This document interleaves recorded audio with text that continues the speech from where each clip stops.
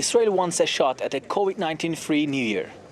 It's rolled out a massive vaccination campaign to stamp out the virus.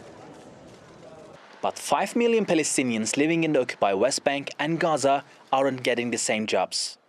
Palestinian leaders say they can't afford the vaccines that cost around $20 to $35 a dose.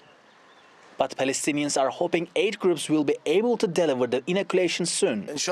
If God wills it, this vaccine will be positive and we can get out from under this crisis, which has affected every part of our lives, the economy, our livelihoods, education, also our health.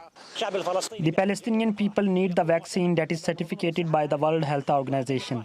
And this vaccine should have a positive effect on the health of the Palestinians, who are suffering a lot from the corona pandemic, which is adding to the problems of the Israeli occupation.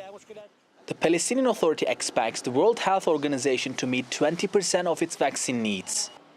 Palestinians are also pinning their hopes of a global consortium of 92 low-income countries working to deliver more affordable vaccine.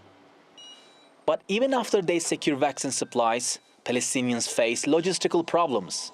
For instance, the 2 vaccines that have so far won government approvals needed to be kept at temperatures below freezing, and there is only 1 refrigeration unit in the occupied West Bank. In Gaza, the situation is even worse. It's been under an Israeli and Egyptian blockade since 2007. Its borders are closed and trade is restricted. And Gaza doesn't have the cold storage needed to preserve Pfizer's and Moderna's vaccines because it gets only 8 hours of electricity a day. Some human rights advocates say Israel must provide vaccines to the Palestinians in the occupied West Bank and Gaza.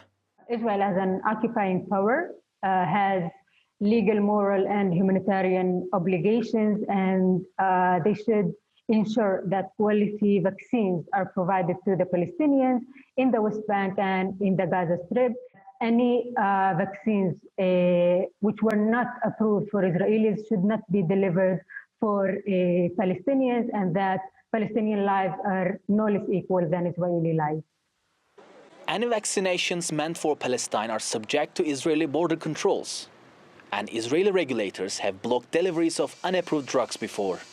Mustafa Fatih Yavuz, TR2 World, occupied East Jerusalem.